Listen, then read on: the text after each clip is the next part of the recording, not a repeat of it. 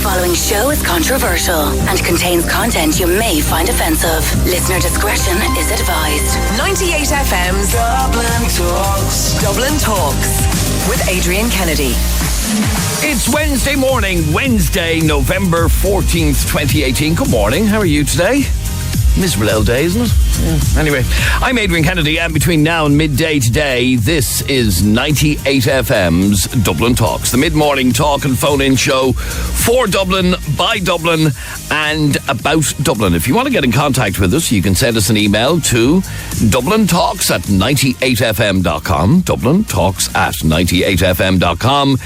You can send us a private message to our Facebook page, which is facebook.com/Adrian K and Jeremy D. Here's what's on the rundown today. In a moment, we'll be hearing about parking rates in Dublin city centre, on-street parking that is, set to increase. Now, it has to be said, for the first time since 2008, some 10 years, I think. We'll find out why the City Council have decided to do that. Also, is it wrong for a company to ban smoke breaks for its staff? Yeah, that is an interesting one. Most companies allow you to take a smoke break, but one particular company in Scotland that we'll be telling you about in a while has planned to basically ban smoke breaks unless you are on your lunch break. That's it. We're also going to be talking about stranger danger, and staying at home with kids apparently is harder than going to work. And we're going to find out how true that is. If you're somebody who is a stay-at-home parent, we're going to talk to you a little bit later on. All that and much more between now and midday today. This is 98 FM's Dublin Talks. Now, in a couple of minutes, I want to talk to you about stranger danger. And this follows a story which I'll bring to you in a couple of minutes about a school principal issuing a warning to parents after the attempted abduction of a pupil in Ballantyre. But what I want to focus on, and I want to get your thoughts on, is what have you done to teach your children about stranger danger? In other words, how have you told them? Have you told them that if any strange person says even hello to you, you should run and call the police? Or have you told your children that the very odd person could be a bad person, but most people are actually okay? How have you taught your children about stranger danger? Call me right now on 6797981. You can also text or WhatsApp us on 0877 98 98 98. 0877 98 98 98. How or what have you said to your children regarding stranger danger? Text or WhatsApp 0877 98 98 98. Now, parking charges in Dublin city centre may rise by up to 10% from next summer. Charges in the council's yellow and red zones, which are in the city centre, the most expensive on-street parking in Ireland, actually, are set to increase by up to 10%. And joining me on the line to find out a little bit more about this and to get his reaction to it is Conor Faulkner from AA Ireland. Conor, welcome to 98 FM. Thanks indeed. Good morning. Conor, what the council are saying that this is the first increase in parking charges since 2008, I think it is. Mm-hmm. Surely we have to expect that parking charges are going to increase.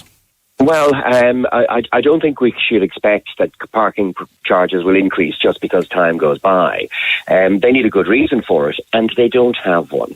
And hence they're throwing out really nonsensical straw men. We're going to take an extra 3 million or so off motorists, but trust us, we'll spend it on good things. And, you know, essentially they, with sort of very little pretense as an excuse, this is a cash grab. They want to take more money because they think they can, and not for any other justification, because they think they can. And motorists, and not even motorists, I mean, we pay for our on-street parking, and as it goes up, you diminish people coming into town. So for motorists, it's a frustration, but at least you have a choice. But I tell you, for city centre businesses, for traders, those who are actually paying the money that genuinely keeps the city going and causes commerce in the place, they're furious. There really isn't a justification for it. In the grand scheme of things, it's not huge. It's an increase. Okay, just to put it into context, here's what's being proposed. At the minute, in the yellow zones, which the yellow zone is the most expensive, and then the red zone circles that, the rates are $2.90 for the yellow zone and $2.40 for the red zone. But that's to increase to $3.20 for the yellow zone, which is an increase of 30 cent, and $2.60 for the red zone, an increase of 20 cent. It's not a huge increase, is it? It's not enormous. I mean, for the individual motorist, this isn't going to be a life-changing thing, but it's a cash grab. I mean, let's not call it anything else. It's a cash grab, and the city centre traders, certainly in businesses, really don't like it. And the city council are doing it because, well, to be honest, they're doing it because they want the money and they think they can. So that's what your city council is doing. There have been manoeuvres like this previously. I mean, the Eastlink toll bridge, for example, was in joint, but in city council ownership for 30 odd years, and they charged a toll on it to pay for the bridge. The bridge reverted to the ownership of the city council about 4 years ago now, and they decided to keep the toll. No reason to keep the toll, none whatsoever. So why are we still paying a toll on the Eastlink? They wanted the money. They wanted the money. And look, that is the simple reality of the fact. So if they say things that are designed to cover the fact that it's a cash grab, well, then they should be called out on this. This is not a traffic management measure. This is not a measure to support or encourage public transport usage. This is a measure that takes cash out of punters and therefore discourages punters from coming in. And the city council are doing it because they want the money. Okay, but is it not a fact, Connor? And I can give an example of myself. When I started working here in 98 FM, I made a conscious decision because I didn't have a parking space like some people would have, and I made a conscious decision to move to getting the bus into work every day, which is what I do. I refuse to pay whatever it is, $2.40 an hour. So I made a conscious decision to get the bus, which I continue to do. Isn't that all part of this? Well, yes, in a sense, and it can be a complicated argument. I mean, Dublin, in the broadest sense, does not have enough public transport. When every public transport asset that Dublin possesses is stuffed full to the gills, it's still only in a position to take approximately half of Dublin's commuters. So others have to do other things, and you might cycle. If you're coming from a decent distance, you can't do that. And for a lot of people, there is no choice but to take the car. Now, I don't live too far outside the city. I cycle most days. There are plenty of people whose commute is such that public transport is a flat impossibility. And they're not volunteering for we had a 30-kilometre tailback on the M50 last week. Nobody is volunteering for that because they're too lazy to use public transport. And pretending that is the source of the problem is a frustration because it doesn't help us solve the problem. And in the meantime, for the traders back in the afternoon, I mean, these are on-street parking, so you're not really talking about people driving to work. You're talking about people coming into town to use the shopping, to do business in town. The traders want them in there. The city wants them in there, or it should. And putting up the price of parking a small bit is not going to be a huge factor one way or the other, but it's pushing them out. It's a push factor pushing them out.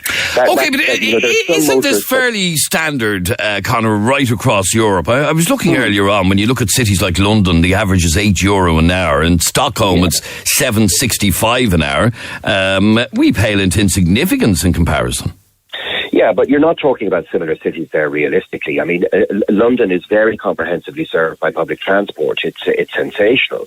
To state the very, very obvious, we don't have a tube system in Dublin. We don't have a metro system. And hence we have a spread out city where there's limited transport choice. Now, you could decide that you just don't want cars in your city. Cars are smelly, cars are nasty. We should all get on the bike and cars get the hell out of here. And there are people whose assessment of the situation is about that scientific.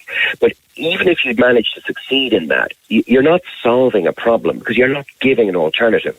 What you are doing is pushing people out of the city to places like Liffey Valley or Dundrum or other out-of-town shopping centres. City centre traders are watching the city diminish with successions of policies like this. And if we want to get people out of cars, which clearly we do, the way in which to do that is to invest substantially in public transport alternatives and improve their quality. Some of that is being done. It's better than it used to be. The Lewises are good, but we're still not comparing to a London or a Stockholm, nor anything like it. And in the meantime, all of that problem, all of that long tail issue that the city has had for 3, 4, 5 generations is nothing to do what the city council is saying now. City council is basically using that as a smokescreen to essentially say we can take more money from this source, and we're going to. All right, well, we're facing those increases from July of next year, an increase of, 30 cent in the yellow zone and an increase of 20 cent in the red zone. Conor Faulkner, thanks very much indeed for joining us on 98 FM. Yes, actually, in fact, somebody just texted in, we need to start introducing carpooling for work and schools and so on, which is something they do in many other cities and we don't do here, where you're allowed to use a special lane to drive in if you have more than two people in your car, which makes an awful lot of sense. I can't understand why we don't do it here, but if you were to allow people carpooling to use the bus lanes, I think it would be abused then, because people would think they could get away with using the bus lanes. Anyway, there you go. That's increased parking here in Dublin from next year. Now, I have a question for you. And my question is this. What have you done to teach your children about stranger danger? In other words, have you told... I got talking to one parent earlier on who said, I have taught my children to, if any strange adult comes to talk to them, to run a mile. Okay? And that's the question that I want to ask you. Is it right for parents to tell their children and teach them about stranger danger and literally tell their kids that all adults who you don't know are dangerous and could want to harm you? As a parent, how did you teach your children about stranger danger? What did you tell them? Is it getting to the stage where every child will be terrified to talk to an adult that they don't know? Some would argue that surely it's very wrong to tell a child that all strangers are dangerous. After all, 0.0001% of the population will ever mean harm to a child. The reason I'm mentioning this is a story in the news today about a South Dublin school that has written to parents urging them to be vigilant after the attempted abduction of a 15-year-old student. Now, the letter was sent out from the principal of Wesley College and it has been circulating online. It warned that the college has become aware of an attempt to abduct a Wesley pupil while returning home from a work experience placement near Dundrum Centre in Ballantyre last Friday, the 9th of November. Now, when contacted, a staff member from the principal's office confirmed the claims. And in fact, here is the exact letter that was sent out to parents from this particular school. It says, Dear parents, guardians, I wish to inform you that the college has become aware of an attempt to abduct a Wesley pupil while returning home from a work experience placement near the Dundrum Centre in Ballantyre last Friday, the 9th of November. The Gardaí have been informed and are dealing with the matter. I would ask you, and this is the bit I'd like to focus in. I would ask you to have a discussion with your child or children about this and ask them to be aware and take due care when walking to and from school. And yeah, that's what I want to know is what is the conversation that you have had with your children? I mean, there's not much more we can say about this. It happened last Friday. It's reported to have occurred at the Ballantyre Road area of Dundrum, 4:30 last Friday. Gardaí said inquiries are ongoing in relation to the matter. But as I said, the school principal is, I would ask you to have a discussion with your child or children about this and ask them to be aware and to take due care when walking to and from school. So what is that conversation? What do you say to children? Do you say to children, if anybody talks to you who you don't know, get out of there, call the police, run home, whatever? Or is that just a little bit over the top? Call me right now on 6797 981. You can text or WhatsApp the programme on 0877 98 98 98. 0877 98 98 98. Lauren, you're on Dublin's 98 FM. How are you, Lauren? Good morning, good. Good morning, Lauren. How are you? I'm good. Now, Lauren, stranger danger. How do you tell kids this? I think every parent has had the same conversation. I still tell my kids every time they walk out the door, like, that, they're not to approach anybody. They're not to, if anyone they don't know, they're not to walk up to their car. They to keep a distance, and they to come home if they feel in any way that these people are trying to talk to them when they shouldn't be talking to them. It's just... So does that mean, Lauren, that no adult can talk to your child? I'm not one of them. No, I'm not one of them people that are like, I put the fear of God in them. Like, I just let them know that, not everybody is nice. Not everybody has good intentions. But is it not a case, though, Lauren, that most people are nice? The vast majority are nice. Yeah, absolutely. But you still have to, you still have to protect your kids. I don't scare them into anything. The only thing is, my daughter, now she's a dog. She, no matter what I tell her, she wants to go up and pet the dog. If somebody has a dog, that's my only fear. I hope that I've taught them enough that they are able to, decipher whether somebody, has any, that they can just leave if they need to leave, but they don't really be far out of my sight, if they're out playing on the road or anything. But I have seen things on YouTube, these parents that say their kids are know all this, and then they have these people going up to their kids, and the kids talking to them, and they go follow them with the dog. It's it's scary, Okay, but do your kids believe that most people are nice people? Oh, absolutely. Like, they talk, they talk to people when I'm with them, and they have no problem doing that, but they're with me most of the time. They're young, so they don't have any fear of people, But is that not a risk that we are creating by, kids having a fear of people? Yeah, I mean, it's a kind of a... I'll give you an example. I was at the lights in Dublin Zoo last week, yeah, and I'm standing there watching the display, and it's like Santa's post office and all of that, right? And beside me is a little kid of about 5. And he stood there in amazement. He was goggle-eyed by the lights. And I turned to this young fella and I said, "What do you think? Isn't it absolutely amazing?" And the young fella was waffling away and saying how great it was. Now, his mammy was I could see where his mammy was standing, but she wasn't right beside us. Now, that child could have as easily said, "Oh, I'm not to talk to you," and run. Because I've heard examples of that happening. Now, was I doing any harm by having that conversation with a 5-year-old kid? No, absolutely not. And the same with when Jeremy was talking about the time when he picked, the kids falling and picking them up. And he wouldn't pick the child up, yeah. Yeah, that would, I would be grateful for somebody to do that. I wouldn't go chasing somebody away for doing that. That wouldn't come into it at all. And I wouldn't think the worst of somebody for standing there talking to my kids. Plenty of people have come up and talked to my kids about, whatever, and, I find it nice. I like the way they do that. I don't have any fear in them, but I just say when they're on their own and when they're out, and if somebody pulls up in a car for no reason or anything, then they're not to go near the car. But okay, what happens if somebody pulls up in a car and rolls down the window and says, "Do you know where the O'Briens live?" That's fine, yeah. But they don't have to approach, because they don't have to go walk up to the window of the car. They can stand on the path and they can direct them. That's fine. I don't tell my kids that that everybody has bad intentions, because they don't. I'm just saying that if people come up to them and start asking questions that have that have nothing to do with them, that there's no need, they can just say, "No, sorry, I'm going." They don't have to approach a car or anything like that, But I don't we haven't had any abductions, I don't think.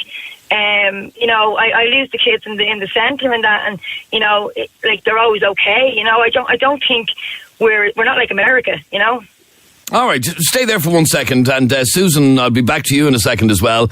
I would love to hear from you on 6797981. You can text or WhatsApp the programme on 0877 98 98 98. Noelle, you want to pull me up about something after the break, which is?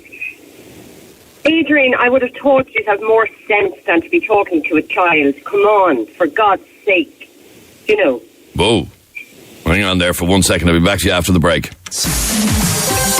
98 FM's Dublin Talks. With Des Kelly Interiors. Delivering your new mattress in time for Christmas. DesKelly.ie. 98 FM.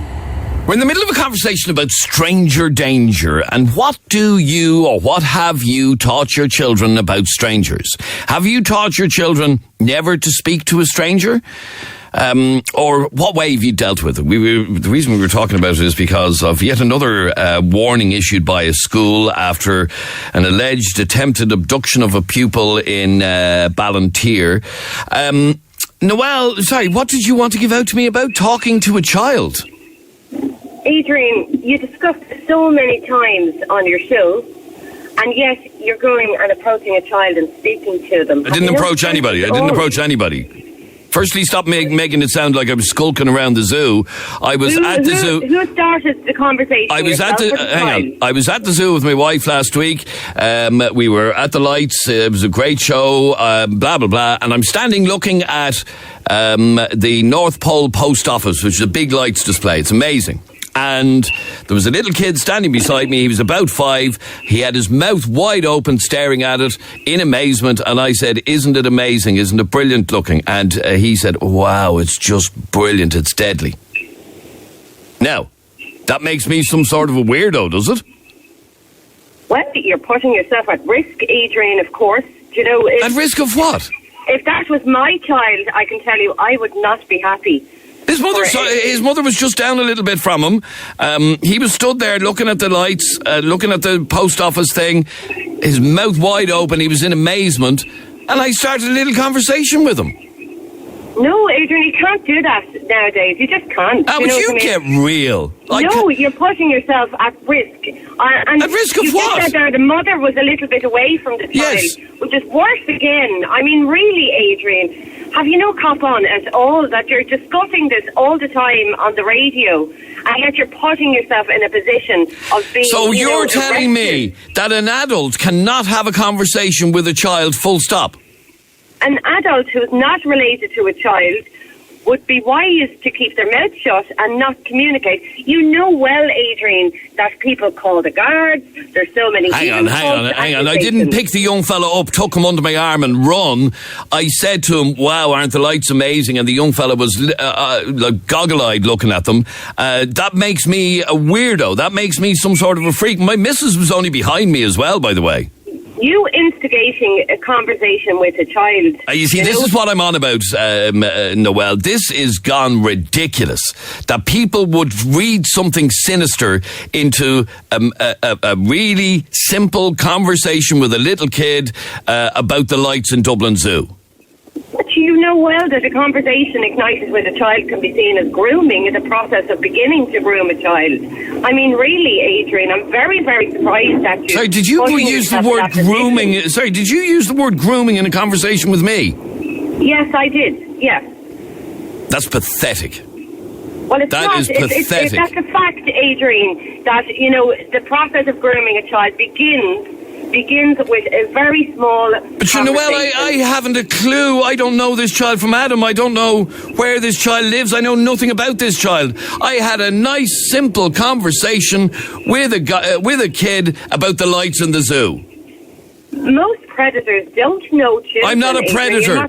I am not a predator, and don't use that word in a conversation with me.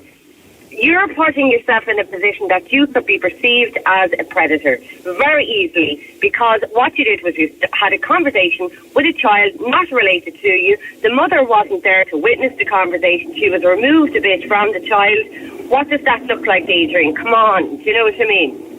It just looks like you're a bit of a weirdo. Well, I'm not a bit of a weirdo. Firstly, I wasn't alone with the child. The child just happened to be standing beside me, goggle-eyed looking at the lights, and I happened to say, "Aren't the lights amazing?" And the young fella got into a conversation with me. But why would an intelligent man put himself in that position? Do you know why would you do that? Hang on for 1 second, Noelle. In what position? In the position that you look like a weirdo, you look like you're grooming a child. I didn't pick the young fella up and drag him into a toilet. I stood there looking at the lights, he's standing beside me, and I have a conversation with him. Being polite. Totally inappropriate. Not in this day and age. You know. Okay, I had another conversation. Hang on. I had another conversation on the same visit to the zoo with a woman who was standing beside me. It was a complete stranger, and I said to her, "Aren't the lights? Isn't this show just amazing? Isn't it brilliant?" And she went on about it and how she preferred it to last year. Was that weird of me to have that conversation as well? No, because you're speaking to an adult who can make a decision. Do you know what I mean? Okay, stay there for a second. Hang on. Right, Adrian. It's ridiculous that you're doing that. Say that again. You know? You're in the public domain, you know. So and that means looking there could see you as. So hang on, because of my job, I should never talk to a child. No, you should not, unless the child is related to you.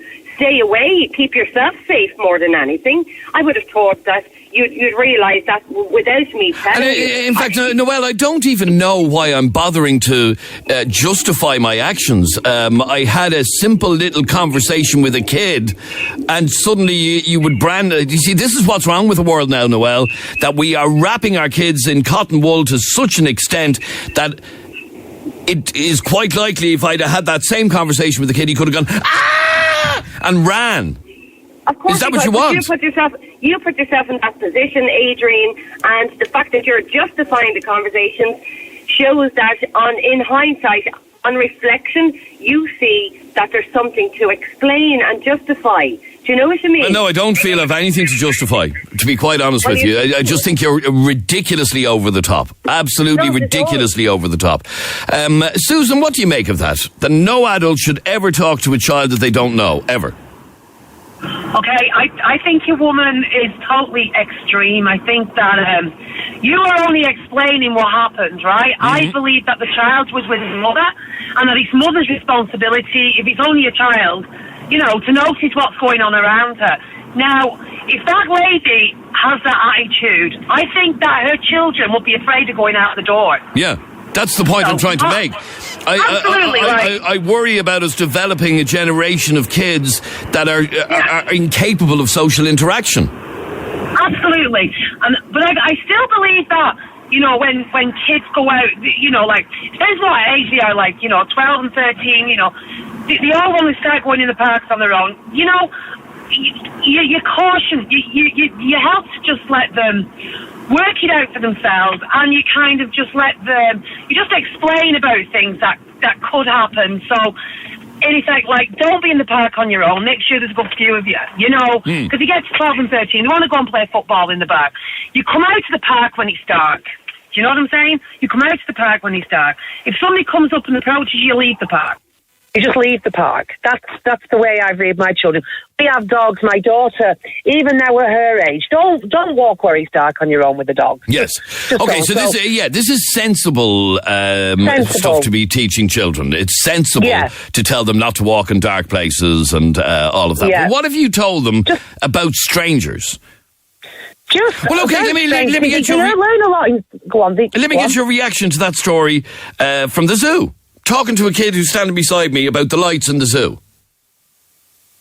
Well, you see, if I had a little kid, he would be in a crowd. He would be holding my hand, right? And if some gentleman where we were standing, there wasn't a big crowd. I could see where his mother was. She was down the other end of the display. She could clearly see her child. Her child was goggle-eyed looking at the lights, and I said, "Aren't the lights just amazing?" And the young fella said, "Wow, it's just brilliant." And what's wrong with making a comment to the child? That's it. That's a comment. That's all. You didn't pursue to have a conversation, continue to talk at him.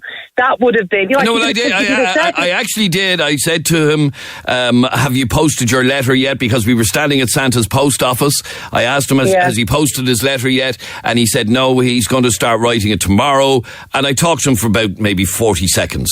And that was it. Yeah. And then I headed off and he headed off, and that was the end of that. And until today's conversation, I didn't even think twice about it. Yeah, well, a lot of people would, a lot of people wouldn't. Me, myself, I'd be... you knew his mother was stood there, you didn't pursue it, you went off, and that was that. So, I talk to kids all the time, I do. Okay, I always talk to their mothers. Stay there for a second. 6797 981 is our telephone number. We're talking about stranger danger. And what do you teach your children? And is it a case that no adult should ever talk to any child. In fact, earlier on in our office, Jeremy was telling us a story about walking down his road towards his house, sees a young fella, and the last time he had seen the young fella was when he was trick-or-treating at Halloween, and he said to the young fella, well, did you enjoy Halloween? Did you collect loads of stuff? And the young fella answered his question, and Jeremy headed off on his way. Does that make him a weirdo as well? Patricia, you're on 98 FM. Hi, Patricia. Hi. Stranger danger, Patricia. How do you tell children to be careful of strangers without making them completely socially inept?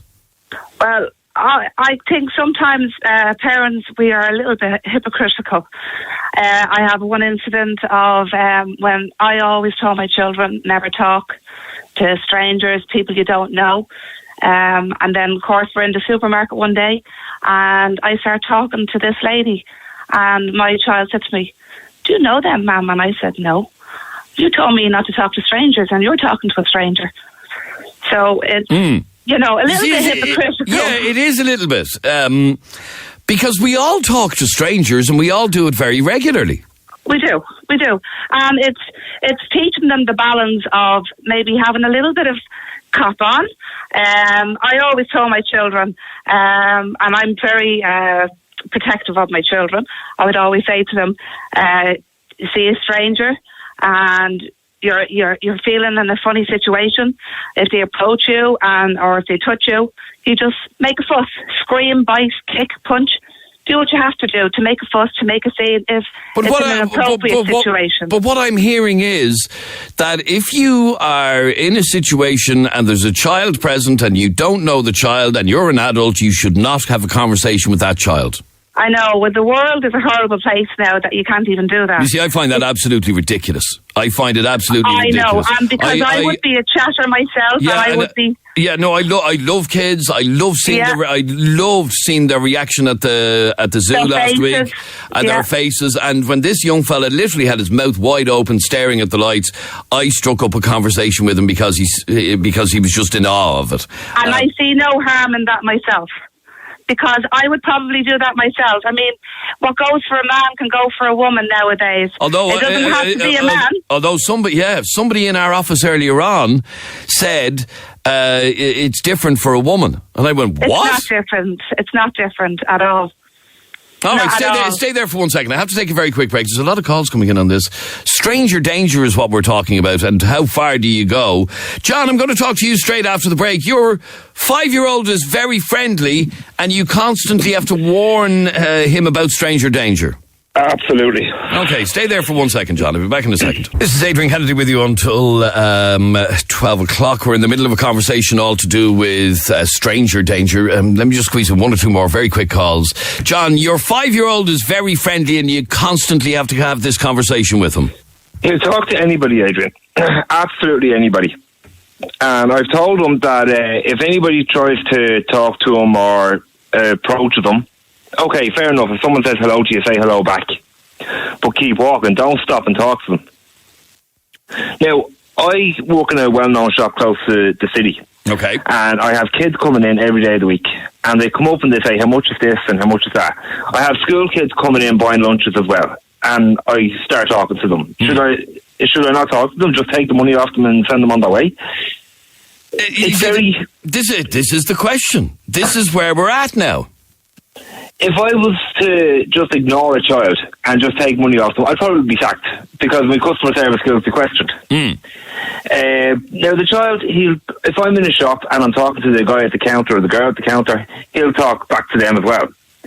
Say, I'm 5 or I go to school in such and such a place. And that's fine, I'm standing next to him. But if he's out playing on the street or whatever and a car pulls into the apartment block and they start asking questions, okay, there's always his friends around, and I always tell him, stay in your circle of friends, don't go off by yourself. But at the same time, they're all only in and around the same age. And there has been situations where one of his friends will go over and talk to someone in a car, maybe that he knows or whatever, and he'll come straight back to me and says, oh, such and such has gone over talking to this fella in the car. So I go out and I'd see who's in the car or whatever. 95% of the time I know who it is. Yep. But at the same time, it only takes 2 seconds for someone to pull a child into a car. But no, it does, but it doesn't happen that often. It doesn't happen that often. That's why, 99% of people are nice. You get the odd weirdo. And that was the point that I was trying to make earlier on. Jenny, you're on 98 FM. How are you, Jenny? Hi, how's it going? Now, you believe that parents, and this is something I believe myself, I have to be honest, the parents today are way too over the top. Way too over the top, yeah. The children have just become to be afraid to even step outside the door. They'll think strangers. As that man said there, that was one of the points I was going to make. Do you teach a child not to talk to a shopkeeper? A shopkeeper is considered a stranger. Absolutely. Yeah, I mean, I've always worked in childcare. I'm always around kids. I bring my son to play centres. I'm always engaged in conversations with children. Probably more so than I would with adults. I love having conversations with children. And I'll be honest with you, Jenny, I do myself. But it's gone to the stage now that you have people like Noelle, when a fella on the radio says, I love talking to children, she looks at that person as a weirdo. Yeah, and that's why I texted him, but I don't agree with that at all. I don't, you're at Dublin Life.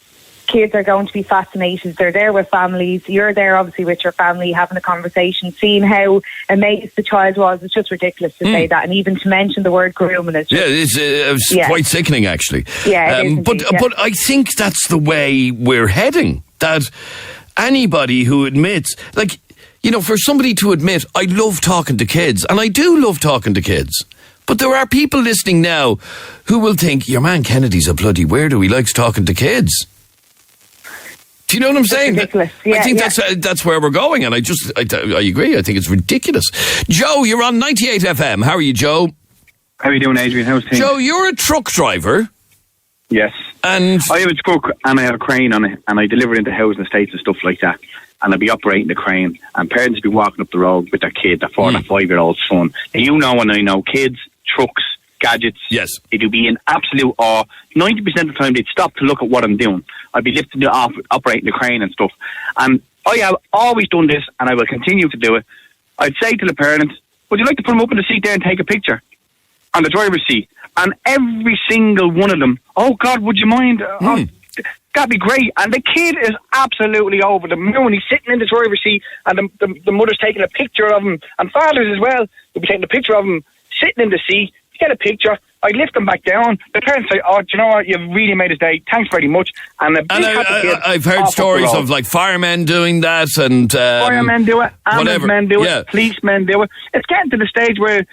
That one that was giving you loads there a few minutes ago, making you out to be a predator. Yeah, no, and really, it really annoyed me. But the point I was making to you, Joe, the point I was about to make is that's a little bit different because their parents are there. If you were to do that with a child on their own, that would be very different. It's getting to the stage where I'd feel uncomfortable making that offer, that gesture. The little gesture is what people are killing now with the over-cautious situations here where they're like, oh, don't look at him, don't talk to him. Now, I've got 4 kids from the age of 8 upwards, and they've obviously been playing out. You teach them, don't talk to strangers, or you don't go near cars. The basics. Okay, but don't talk. Okay, don't talk. Child running in the house. Hang on. Don't talk to strangers, okay? That kid that I was talking about in the zoo, I was a stranger to him. Okay, so should he just not? Should he have been taught? Look at the scenario you're in. I know, but should he have been taught not to answer me? No, it's different. It's like you're trying to play out the road with his friend, and a man comes out of nowhere and starts talking to him, makes a point of going over to him and talking to him. You were standing there with kids all around you, people all around you. Yes. It's the situation you're in. That's like when you're in a shopping centre and a child bumps into you or something. You put your head to the ground and run away. What do you do? You know, like Jeremy said there before about picking a child up off the street. You have to think before you do anything now, and it's gone ridiculous. It's gone crazy. I agree. And one last call. Patricia. Hi. Your point is no adult should ever ask a child for directions. Absolutely not. Why would an adult ask a child for directions? Any parent will always tell their child, well, I certainly did, that no older person should ever say to you, where does such a person live? Or how do you get to such a place? They will never ask okay, a child. hang on. Let's imagine you're a delivery driver and you're driving a white van. You know those white vans that drive all over the place and they abduct children at every street corner. That's right. And the white van pulls into a cul-de-sac and he's not sure which house the O'Briens live in. And he rolls down the window and says to a child, which house do the O'Briens live in? Is that wrong? I'm not saying it's wrong. It's what we tell our children, that why would an adult ask a child for directions? Because he's looking for the O'Brien's house and the young fella lives there and he probably knows them. Yeah, but so why would they even ask that question? To me, that's not appropriate to stop a child. No, he's not stopping a child. He pulls in his white van, he rolls down his window and says... and asks the question. Which house do the O'Briens live in? And certainly if a child is on their own, they shouldn't even do that, because as a parent has taught their children, if they roll the window down, they ask you for directions or they ask you where does such person live, just keep walking. It doesn't mean that you're going to know you're going to be on your own. That could frighten a child. A little bit rude, isn't it? All he's saying it doesn't matter. It doesn't matter. All he's saying is where do the O'Briens live? Over there, mister. Cop on that way from an adult. So, I've always taught my children that an adult will never stop you and ask you for directions or where such a person lives. And if they do, just keep walking. Oh. I've always taught them that. Now, and I would be, as I told you earlier, I would be a very friendly person. But because I'm a parent, you just take that little step further when it comes to your children, is just being protective. I would never stop a child and ask a child where does such a person live. Never. And I would always tell them if they're ever walking home, always walk where there's houses, never walk where it's just a... Yeah, that's all sensible. That, but... Yeah, well, they're the things that I would be teaching them. But if the man delivering... be rude. If the man delivering Mrs. O'Brien's fridge pulls into the estate, he's not to ask a child where the house is. Well, if there's a group of children there and they ask, that's which has happened on the road, that's fine. If the children know, and he'd pull in. I've never seen on my road anyway anybody pulling in and asking one single child. All right, but we shouldn't do it. Let me just wrap up with Jeremy's here with some texts, some reaction to that. Absolutely, this is the biggest reaction we've had in months on the show. Here's a message from Alan, and Alan says this is getting ridiculous. These parents are absolutely nutcases. They are making children scared of every single adult, and that is completely wrong. The irony of this conversation, says Trish, is that in a couple of weeks' time, all these nutcase parents will be letting their child sit on a stranger's lap. Of course, we're talking about... That's very true. Well, no, that doesn't happen anymore, believe it or not. But they're still letting the kids go and visit this stranger. And he is a stranger, let's be honest. He's not a relative. We're talking about Santa Claus, by the way. Yeah, is that why so many kids are quite scared of Santa Claus and apprehensive about going to see him? Because he's a stranger. But anyway. Isn't it very, as someone of a young child, and I've noticed this over the last 3 years that we've brought our young fella to see Santa Claus, it's a sad indictment of the way society has become, that Santa won't even let the kids sit on his lap anymore. I couldn't agree with you more. Last year as well, I went to put Luke on Santa's lap, and Santa said, no, stand beside me. And he stood beside Santa Claus for the photograph. And I'm like, how? Now, I know they're doing it to protect themselves, but for God's sake, what in God's name is the man, the Santa fella, what is he going to do when you're within 2 feet of him? What realistically is Santa Claus going to do?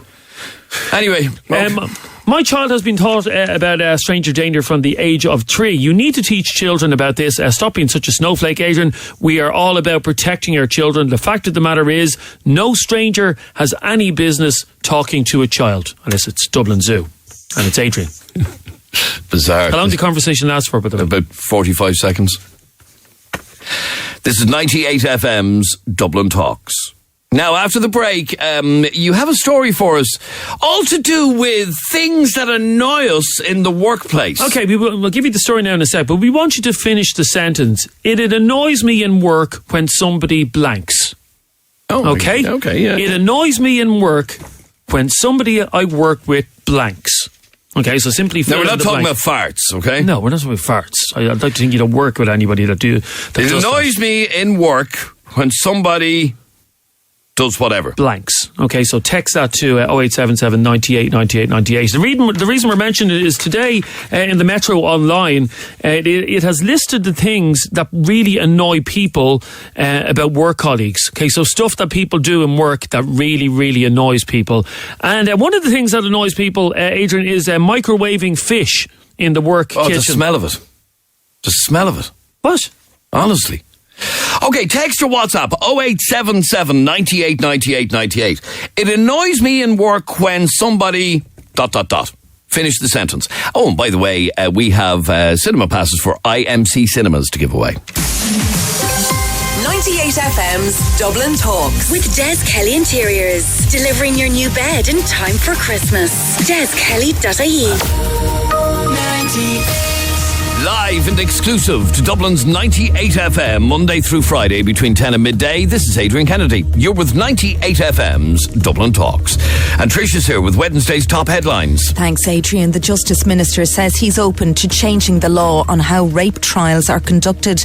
Demonstrations are being held in the city centre, at the Spire and around the country at lunchtime today in protest at a rape trial barrister who asked the jury to consider the thong the complainant was wearing. Charlie Flanagan says he's waiting for a review group to report on the conduct of trials before he makes any decision. Plans for new bus and cycle corridors in the city will be revealed today. Up to 350 homes could lose part of their gardens under Bus Connect plans by the National Transport Authority. The first 4 of 16 proposed routes will affect property owners on bus routes from Clongriffin, Swords, Blanchardstown and Lucan. The Cabinet is meeting at the moment to consider a draft Brexit deal. Leo Varadkar will brief his ministers on the text agreed between UK and EU negotiators.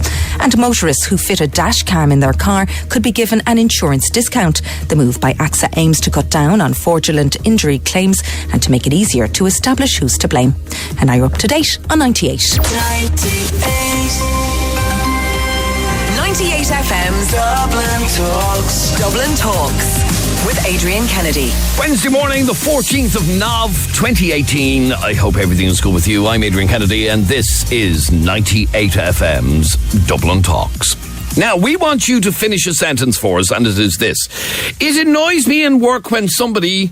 Finish that sentence and text it to us to 0877 98 98 98, because there is one thing in this report, Jeremy, that annoys more people than perhaps it should. Yeah, and it's not actually microwaving fish. Which, by the way, I don't know how else you would heat fish other than microwaving it. Yeah, have it at home.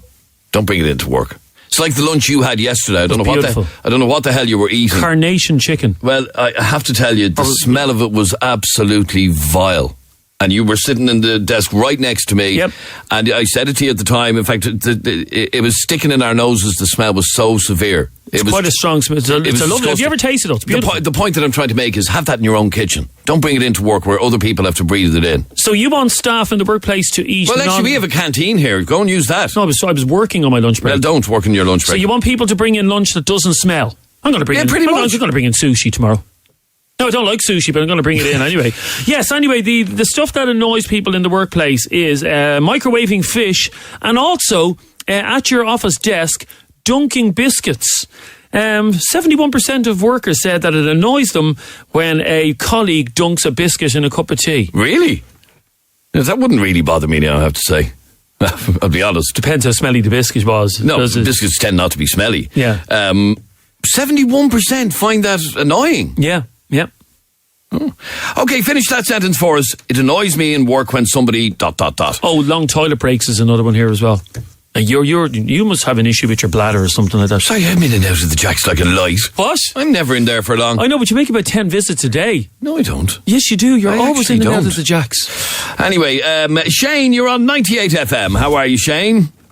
Good, not a bother, lad. Shane, finish that sentence for us. It annoys me in work when somebody doesn't buy milk.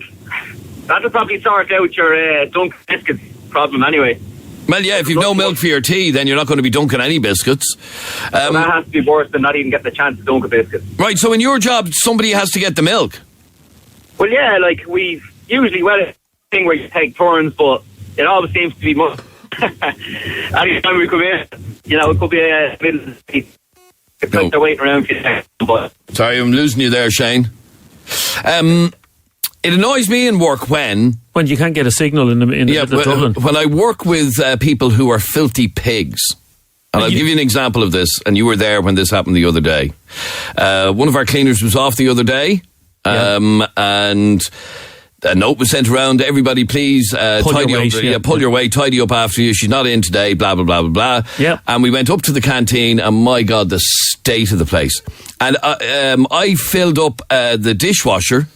I hadn't had anything for the dishwasher, by the way, but I took it upon myself to fill up the dishwasher, and you even said, why are you doing that? Yeah, I did actually. Yeah, you did. But I just couldn't leave the crap there, filthy cups and everything else. All people had to do was put it in the dishwasher. So it annoys me when somebody in work doesn't bother their arse even putting the cup in the dishwasher. They usually live at home with or their leaving parents. their Weetabix bowl on the desk beside their computer. Yeah, well, I don't know stuff who like that. Anybody that does that should be sacked. Yeah. Owen, you're on 98 FM. How are you, Owen? How's it going, lad? Owen, it annoys me in work when somebody... When your boss takes credit for your work. Oh. Have you a bad cough? Sorry about that, Owen. I shouldn't cough on the radio, but yeah. It annoys you in work when your boss takes credit for your work. Yep. Oh, yeah. It's a... You come up with a really clever idea, and then they go to everybody and say, I came up with this. What do you all think? Right, I was out for a few pints last week with a mate of mine, yeah, and a few of his work colleagues were there as well, and he would be superior to a couple of them, and one of them told me a tale of how he tried to sell this idea to my mate, yeah. And my mate said, no, that won't work. No, I don't think we'll try that. 3 weeks later, in front of all the company bosses, he sold it as his idea. My mate did. So he took up. Not only did he take credit for it, he made it sound like it was his idea. What sort of business do you work in, Owen? I work in retail. So what sort of ideas would you come up with in retail that will be stolen? You'd be surprised when there's certain deals going on that benefit the customer. And you think of it and you say it to your bosses, and then he runs back to somebody and says it to them as his idea. And then it goes out to the company wide, do this because it benefits people. And you get absolutely no credit for it whatsoever, yeah. Yep. And all you want is somebody to say, by the way, that's a great idea. Yeah, well that's done. all I ever wanted. Yeah. Oh, sorry, that's all you ever want. Yeah. Anyway, that's all you need. It was a great idea. Jason, you're on 98 FM. How are you, Jason? All right, lads. Jason, it annoys you when somebody does what in work? Has a loud ringtone and leaves it on that desk and is not at that desk when it rings. Yeah. Does my nut in. There's a person that we work with on the floor and they have the Dukes of Hazzard. Have you heard this phone? No, I don't. I have. They have the Dukes of Hazzard, Jason, as their ringtone on their phone. I mean, like, wake up, it's not the 80s anymore. And every time the phone rings and they leave it at the desk, you hear the Dukes of Hazzard playing. And like they're probably going outside and ringing themselves on another phone just to show off the sound.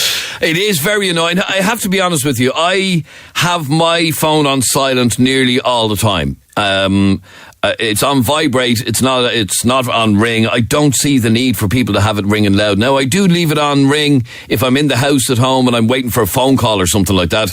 But generally speaking, I leave it on silent because it's just so rude. Do people still have musical ringtones now, or do you just use the phone ringtone? I think people, a lot of people with the iPhone, it's just a normal ringtone. The ordinary ringtone that's with the phone. Oh, you can't personalize ringtones anymore. You can. There's loads of different ones. With the iPhone, you can though. You can. No, I'm just thinking, remember years ago everybody had the Crazy Frog as their ringtone. Remember every single phone that was ringing. Thankfully that trend didn't last. Yeah. Anyway, yes, that's very annoying, Jason, when somebody has a really loud ringtone on their phone and they're not there to answer it. And you feel like picking it up and just throwing it in the bin. Frank, you're on 98 FM. How are you, Frank? How are you? Hey, Frank. It annoys you when somebody in the workplace does what?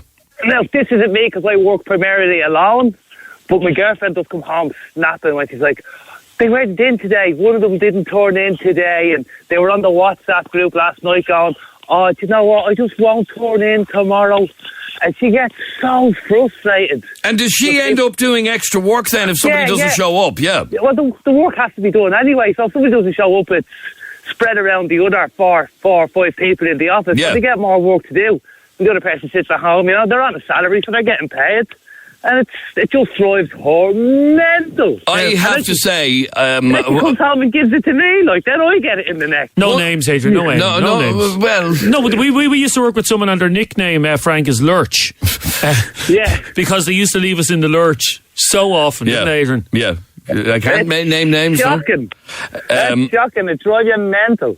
No, but if someone's sick, they're sick. They can't come in. Yeah, but when someone's not sick and you know... Yeah. You know bloody well that they're not sick. Yeah, it's different. Very, very annoying. It really is. On a Monday, when they were out on the Sunday night, because they would put all the pictures up on Instagram. Yeah, I've never understood. They're not sick. You see, the problem is, if somebody's able to... a lot of companies will allow you one day without a sick note.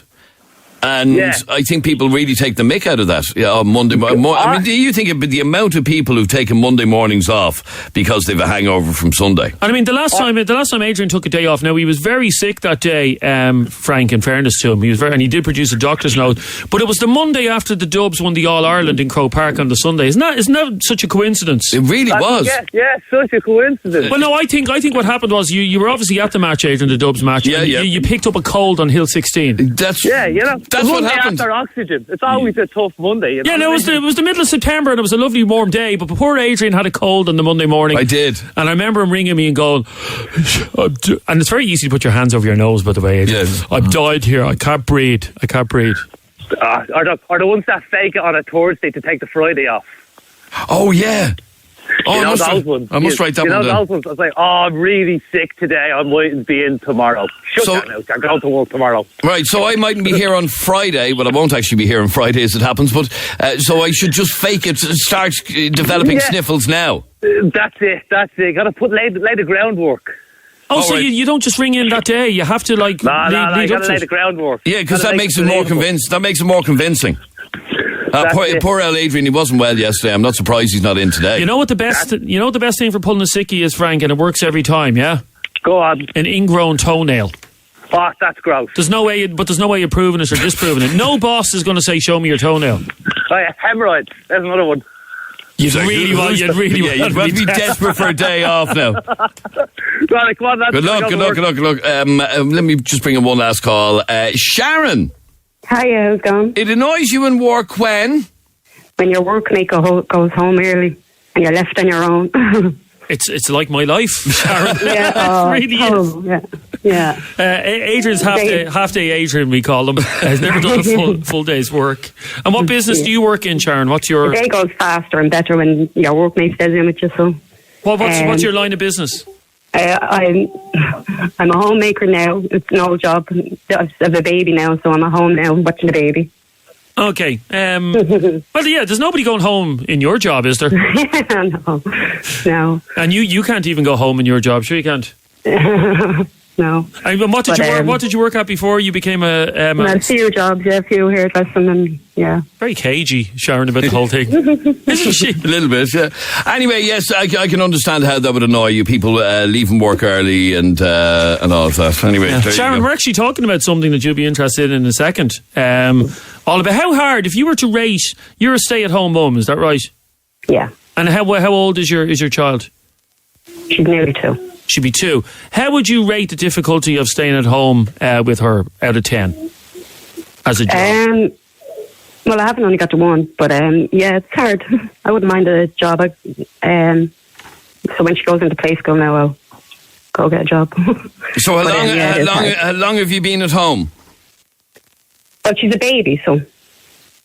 All right, and this is your first? No. Okay, so no, I mean, how long have you been at home with children? About a year and a half now. Right. Okay.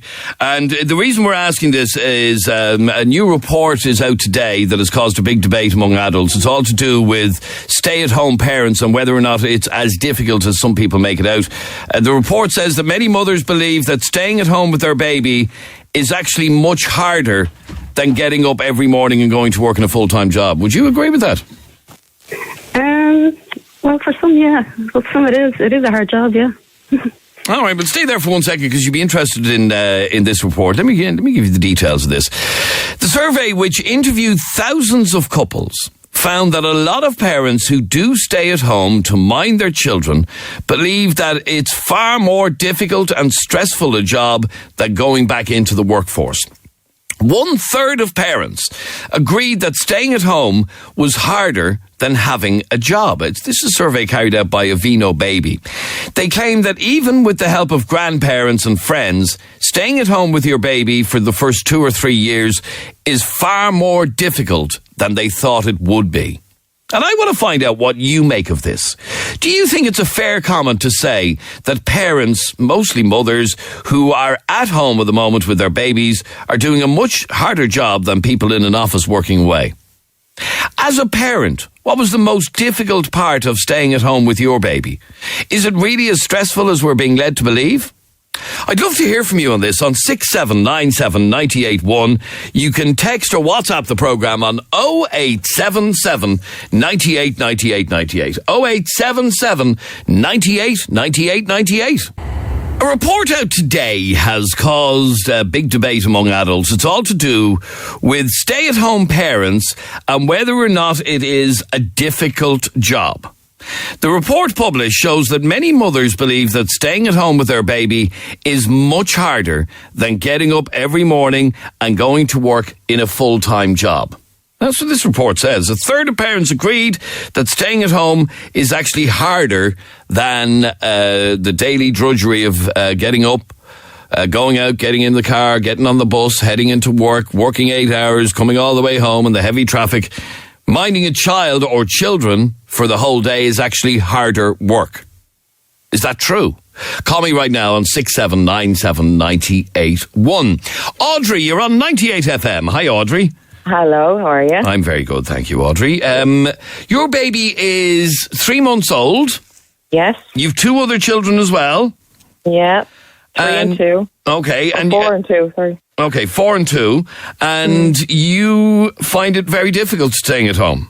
It is. It's a constant. It's constantly around your kids. Like I know when you go to work, you wake up in the morning, go to work, you do your thing. But as a parent, you wake up still early, and you've got your kids, you've got housework, cleaning, and then you go to bed, and then you're still getting up throughout the night for feeds. And if you don't get smoke breaks like you wouldn't work, you don't get lunch breaks.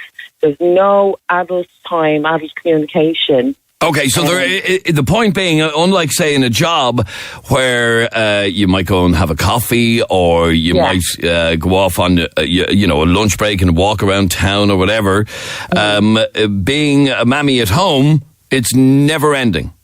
Never ending. And I can tell you now, kids can be more demanding than bosses. But, don't get me wrong, I love my kids. I would never change. No, and obviously that goes without saying. But compared to when you would have worked, you find it much more draining, much more demanding on you. Yeah, because when I went to work, even though I was working in Castlederrow, it was still a very demanding job, and I was rushing trying to get stuff done. But it was still, that was my time, really. And then I could come home to the kids. And I think I enjoyed being at home a bit more when I was working part-time, as well as minding the kids, because that was my breakaway. Okay, so, and like we said, if you're out working a full-time job, even if it is a fairly pressurised, stressful job, you still do get switch-off time in the middle of your workday. You get to... Oh, you do. Even the going to work and coming home, you've got quiet time. It's like, that way. Although if you sit in the M50 for 2 hours, you mightn't feel that way. But yeah, no, I take the point. Yeah. Okay, stay there for 1 second, Audrey. 6797 981 is our telephone number. Alma. Hi, how are you? Alma, I'm being flooded with calls from mostly women, I have to say, although we did have a man contact us earlier on, but he's too busy with the kids to talk. But anyway, saying that being a full-time stay-at-home parent is actually much more difficult than out working full-time. I'm a stay-at-home mom of 3 kids, and I also childmind kids. And I had the opportunity recently to go back to work, and I didn't take it because I just know it's going to be harder to go back to work. I'm at home during the day. I get my things done. I get my dinner ready. So when the kids come in, I do their homework. In the last week, the kids have been sick. I've had to leave the house 3 or 4 times. They all have tummy bugs. To pick them up. I wouldn't have been able to do that if I was in work. I wouldn't have been able to keep them at home the next day. No, but the point that Audrey is making is that it's just, you know, when you're in a job, you do get downtime, you do get switch off time. Being a stay-at-home mammy, it's non-stop. It is non-stop. You don't get a minute. You don't get a cup of tea. You don't get to talk to really that many people. But if you're out on work, you have to come home in the evening, start your dinner, start your homework, start your housework, start everything. Well, I'm done. I've everything done by 7 o'clock. Dinner's over. You know, that's the part where, and then I want to be here when they come home from school and do the homework and help them and go to their activities and be able to, to do things. My son got braces. I'm running to appointments between the orthodontist and dentist. I couldn't be taking all that time off work. No, and I understand what you're saying, that you're kind of in a situation that you have to do it. But as you look back to before when you had children, and you might have been out working full time, was that easier or harder? I found it easy. I worked full time up until 12 years ago. Now that's my oldest son. He's 12, and I haven't gone back since. I've been childminding literally for 12 years, and that's how I make my few quid. And I find it. I haven't gone back to work, but I do think a friend of mine's gone back to work after 12 years, and she is very stressed of how to do everything when she gets home. And I just think it will be harder. Okay, stay there for 1 second. 6797 981 is our telephone number. You can text or WhatsApp the programme 0877 98 98 98. Fiona, you're on 98 FM. Hi, Fiona. Hi, Adrian. How are you? Hi, Jeremy. Good, thanks, Fiona. Now, you are a stay-at-home mum, and you do find it much more difficult. Oh, absolutely. I was working right up until 2011. And after I had my son, I've been a stay-at-home mum ever since.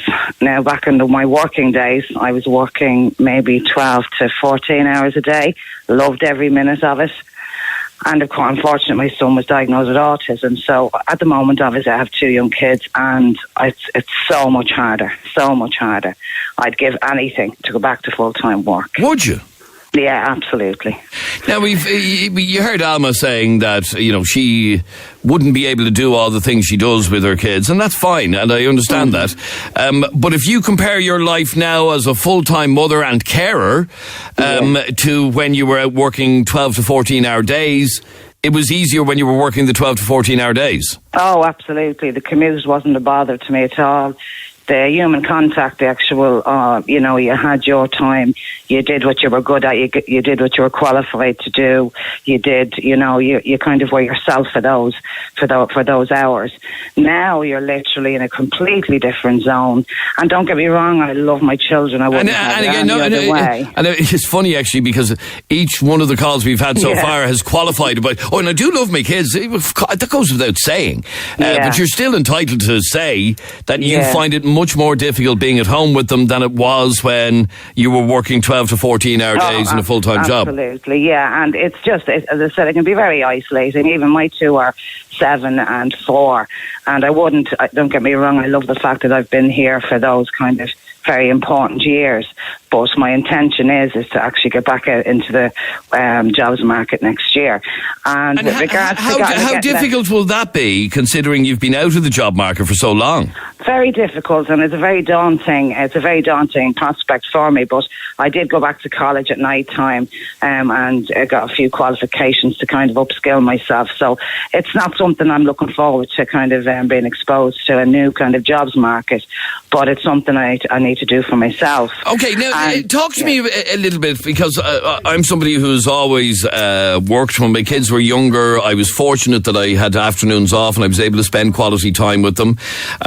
But I kind of had the best of both worlds, I suppose, when my kids were younger. How difficult is that isolation as a parent, very, and the lack of adult company? Very difficult, as I said. When the kids were younger, I think it was a little bit harder. But the kiddies now since September in school. So now I have a little bit more free time to kind of do a little, have a few things that I'm interested in and get out for more walks by myself and so on. But I would give it up tomorrow to be back in the finance world, to kind of get back stuck in there and kind of have something for me on a full-time basis. With regards to kind of keeping up with housework and all of that, I think that's possible. I know it's more stressful to come in after a 12-hour day or a 10-hour, 8-hour day. But to be honest, I mean, if you're working, if there's 2 people working in your home, you could hire a cleaner or something like that to help out with the housework. Homework can be done when you get in. I know there's a sacrifice to make. You're losing a bit of time with your children as well. But that's what weekends and as a matter of interest, for, Fiona, were you forced into a situation of staying at home, or was it a choice that you made? Well, to be honest, I had a really good job and I had every intention of going back to work after my maternity leave, but unfortunately I was made redundant.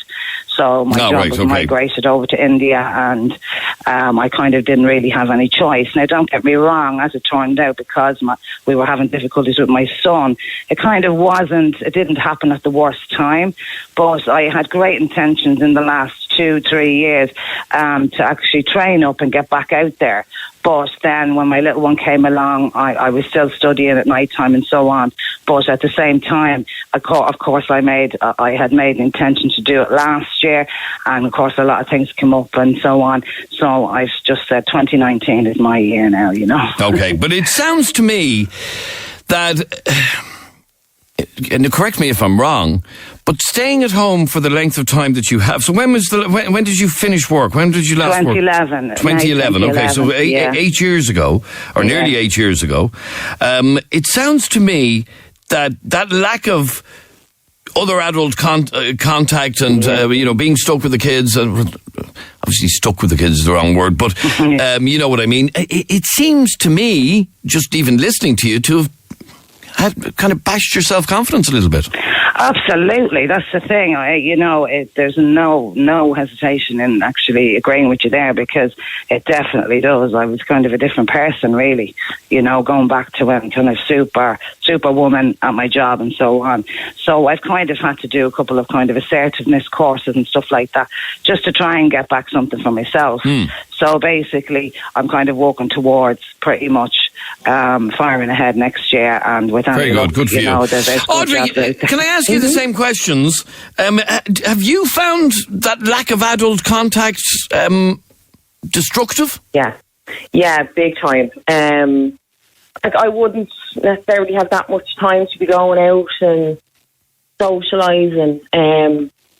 I was living in Dublin. I moved down the country, so any of my friends that I would have had are all up there. So it's kind of starting all over again, and you don't want to even socialise as much. So it does affect your self-confidence, ultimately. Big time. Now, I plan when the baby gets a bit bigger to go back to part-time work. I'm lucky enough now that I have my mum and dad that live close by, and they used to mind my other 2 children while I worked part-time in the castle, and it was great. I used to have the dinners pre-made the night before, so they literally only have to put it on when I come in, just to make life that little bit easier. Yeah, in fact, I must have touched on a bit of a nerve here, because I just gotten a message here explaining why it wasn't financially viable to go back to work. It's so expensive for childminders. It is indeed. But this person who sent the message in, I assume it's a woman, but I could be wrong, says it is very isolating, lonely and repetitive. Oh, yeah. Same thing day in, day out. And kids love to watch the same thing all the time, especially Peppa Pig. And you go around singing kids songs, and Stay there for 1 second. 6797981 is our telephone number. You can text or WhatsApp us on 0877 98 98 98. We're talking about a report today, a survey actually, that shows that many mothers believe that staying at home with their baby is much harder than getting up every morning and going to work in a full-time job of, as was said a couple of minutes ago, 12 to 14 hours a day. Joanna, you're on 98 FM. Hi, Joanna. Hi, how are you? Again, your child is how old? He's 6 now. He's 6 now. But you want to go back to work. I do. And this is causing difficulties. Yeah, like I'm only 28, so I finished up work when he was obviously born and stuff like that. But like being in the fitness industry, again with contact and stuff like that, you're always out there. You're always like on the go. You're keeping, other people on the go too. But when you're at home, it's a total different like change of life. To rear a child at home, and it is very isolating, and it would be very like. Well, what this person said in their text: isolating, lonely, and repetitive. Repetitive, I'd agree with 100%. Like it's the same thing over and over and over. There's nothing to get up to and go, right, okay, we love our kids, and it's great getting up to them, and just to see their face or whatever.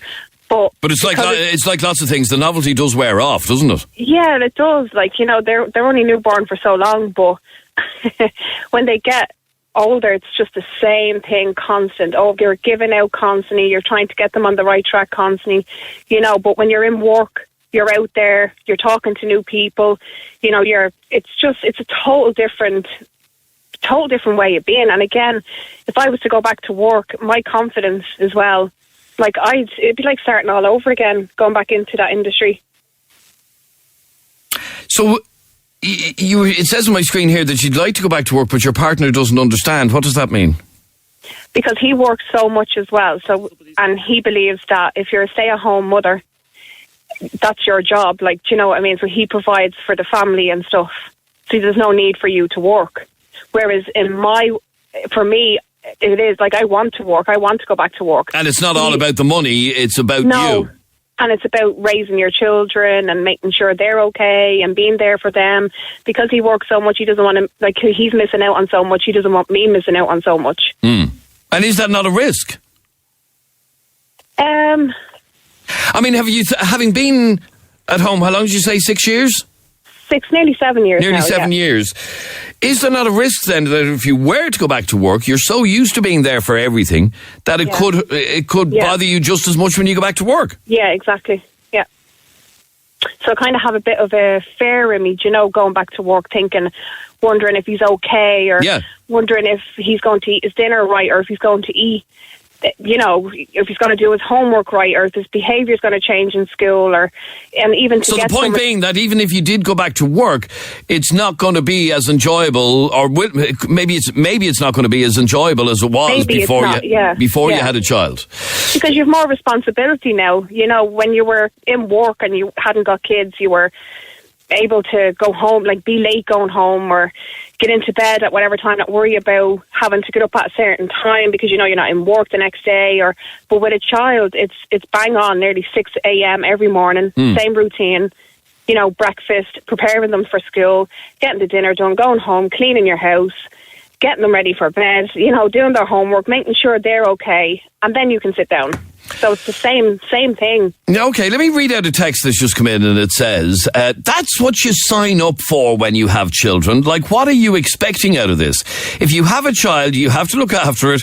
The same people would be moaning if they didn't get to see their children. They would moan about having to work and not being able to see them. You don't have kids to get bored after a year because you do the same thing every day. It's called life, says that person. The conversation, though, is about the fact that it is a much more difficult job than stay-at-home parents get given credit for. Where's this message? I try give off the impression that I feel happy all the time, but I don't. My reality is feeling tired and lonely most days. Endless days where every single task is immediately undone or needs to be repeated within hours is actually soul-destroying. My day is filled from morning to night with jobs, and at the end of the week there's still no wage. I'm still broke. I assume that's a stay-at-home parent. And one last call. Nikki, you're on 98 FM. How are you, Nikki? Hi, good, thanks, Adrian. How are you? I'm good, thanks, Nikki. You're saying basically that staying at home is one of the hardest jobs you've ever done. Oh, definitely, and I've had some tough jobs before, but it's definitely the hardest job I've ever had in my life. What makes it so hard? It's obviously much harder than you ever anticipated, is it? Oh, absolutely. Like, I'm not complaining. Like, that lady or that text message you got, it's not about complaining. It's just about the sheer difficulty of it. Yeah, I just don't think... a lot of people have this impression that, if you're a stay-at-home mum or dad, for that matter, you do a bit of cleaning, then you put your feet up and you watch a bit of television, you watch a Lane in the afternoon, and it's all a bit of a doddle. But it's not, is it? Definitely not. The only time I sit down during the day is to feed her. That's it. My daughter, she's 1 now, coming up to 1 this week, the end of this week. And while it is getting a bit easier, she's starting to walk now. But that's when the fun really starts. Yeah, exactly. But, all right, the minute she opens her eyes, it's constant. It's craziness until she goes to sleep. And do you want to go back to work? I'd love to go back to work. I'm actually applying at the moment to go back to work, but that in itself will have challenges too. Especially leaving her for the whole day with somebody else. But that's another story. It's another story indeed. All right, but look, thanks very much indeed for your call, Nikki. Yeah, we did really touch on a raw nerve there, because when I read that text again, what was it? It said, isolating, lonely and repetitive. That's not really a sign-up call for being a stay-at-home parent. Anyway, thanks very much indeed for all of your calls, comments, texts and opinions. This is 98 FM's Dublin Talks. I'm Adrian Kennedy. We're here till midday today. Now, next, a topic that every single person listening who is in a relationship has had to deal with at some stage. It's the dreaded question that nobody wants to be asked by their partner. And this is exactly what happened to Stuart, who messaged us on Facebook last night with his dilemma. I want you to have a listen to this very closely. You should talk about this on your show. I'm going out with this girl for 5 months. And this evening, she brought it up about how many girls I was with before I met her. She said to me, I suppose you've been with loads of girls before me. I immediately changed the subject, but I'm positive she'll ask again. The thing is, I'm 28 and have been single for a long time and have been with a lot of women. I worked as a barman in the Canaries for 2 summers as well, so you can imagine what was going on. I don't have an exact number because I don't keep numbers, but I've slept with well over 50 girls. Do you think I should tell her the truth when she asks again? Is this a turn-off for women? I hate lies in a relationship, so I don't really want to lie to her, but she won't be impressed with the fact that I used to be a bit of a player either. Might make a good debate. That's from a guy called Stuart. I'd love to hear from you. And in fact, let me ask this question. So if she asks this question again, should he tell the truth or should he lie? So I want you to help me to help him, and I want you to text truth or lie to 0877 98 98 98. Truth or lie. Should he tell the truth about how many women he was with in the past, or should he fudge it a little bit and tell a bit of a lie? It's a dilemma that we've all had to deal with at one stage or another. Call me right now on 6797 981, and you can text or WhatsApp truth or lie to 0877 98 98 98. Our listener Stuart has been asked the question that we all get asked at one stage or another. How many partners, how many lovers did you have in your past? He's with this girl about 5 months now, and she has asked the question. And his issue is he doesn't know whether to tell the truth because he was a bit of a player. He was with a fair few women. He reckons it's around 50 or more. And he wants to know whether he should tell the truth because he thinks it's going to be a complete turn-off if he actually does tell the truth. Is it? Does it bother you how many partners your partner had in the past? Or do you just leave that in the past? And maybe he should be honest in the hopes that she doesn't go off on one.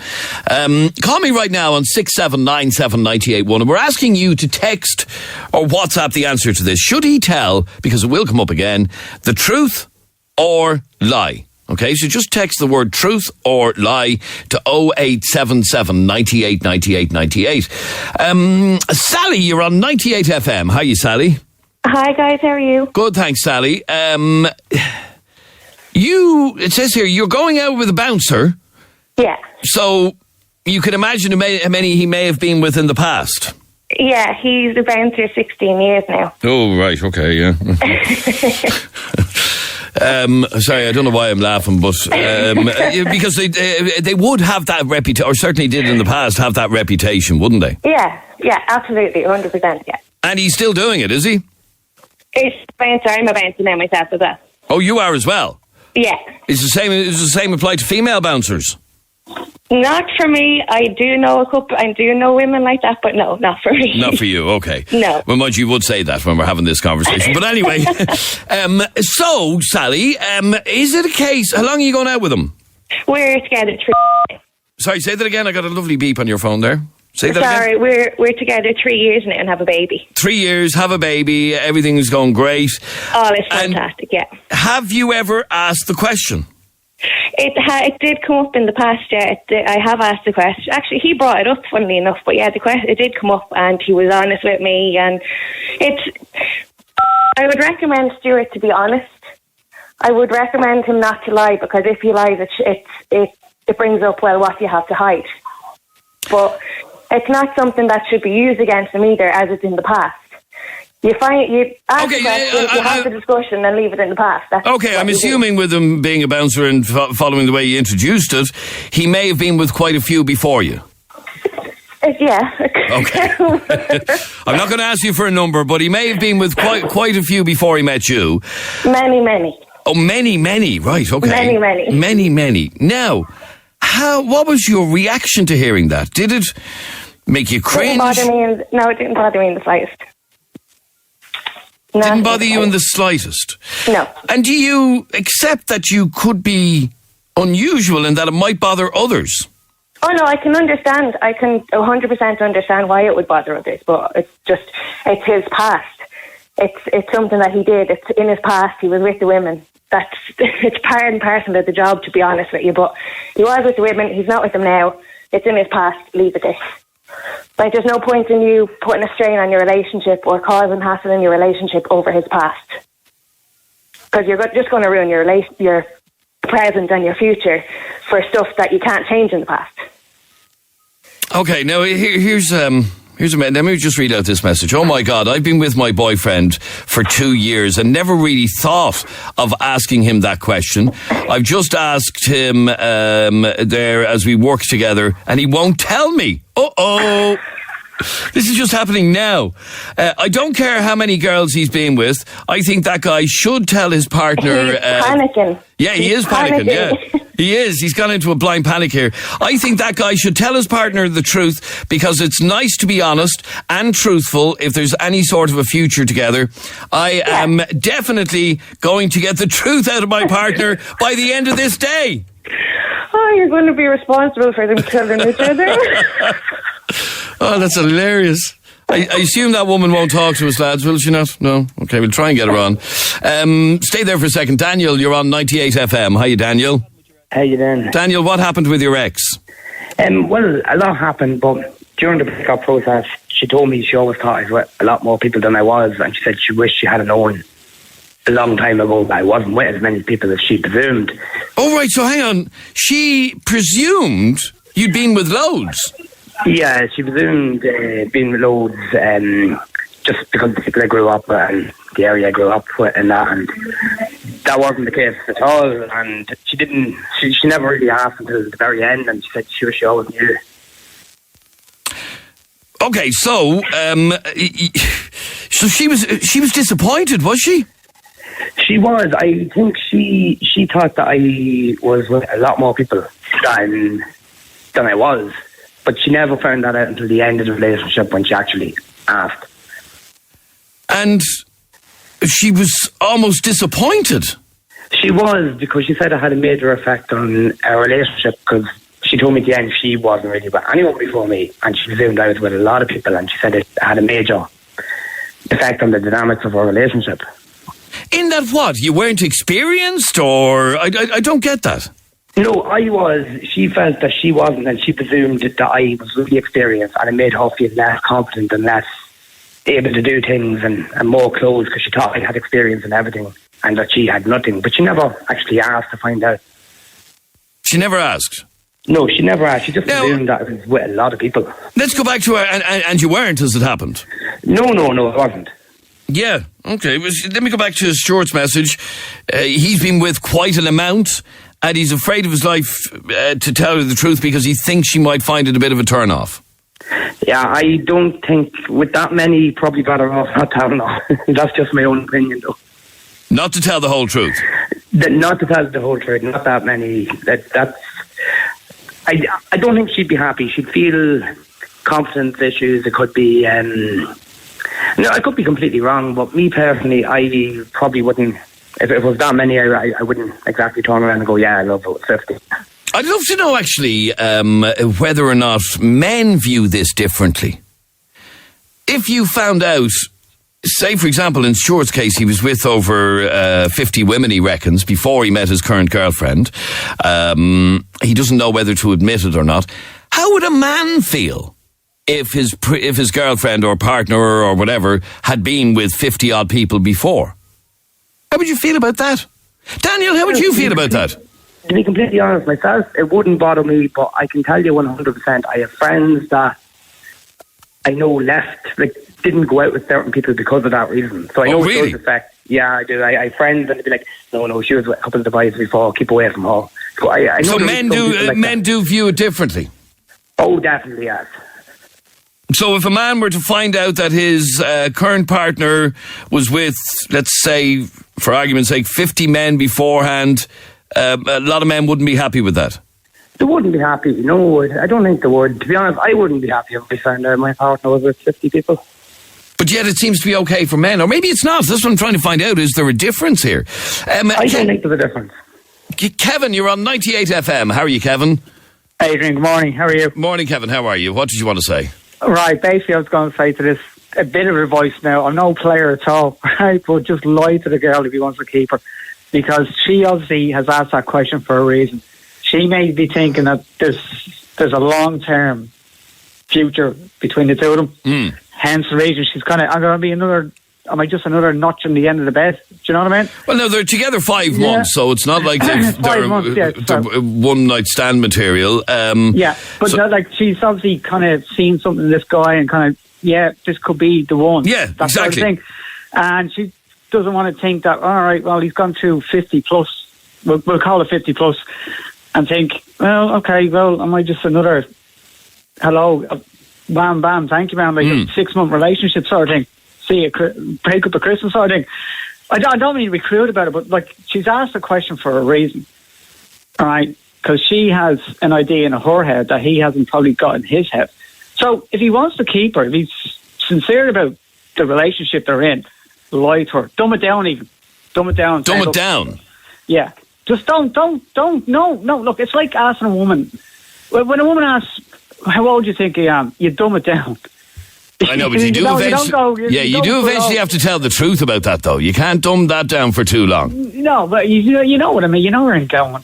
You don't tell the full truth because he could lose the best thing that he's ever had, and for the sake of being honest, where she didn't want, maybe she doesn't want him to be honest, and in whatever figure he gives her, she'll probably think he's lying anyway. Okay, well, here's we asked our listeners to text in whether or not he should tell the truth or tell a lie.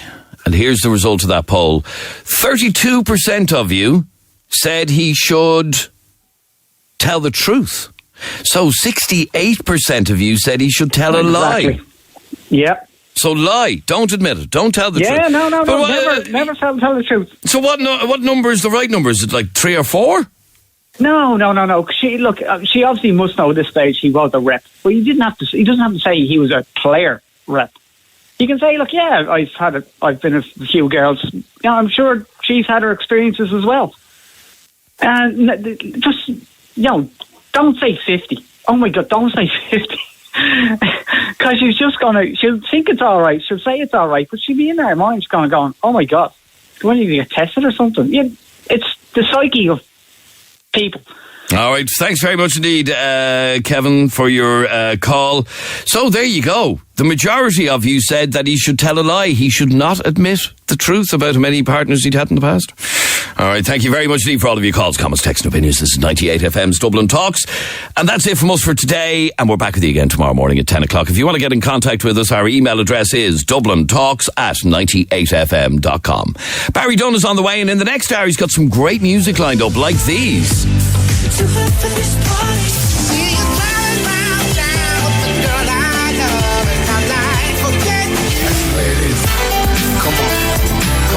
That's just the way it is.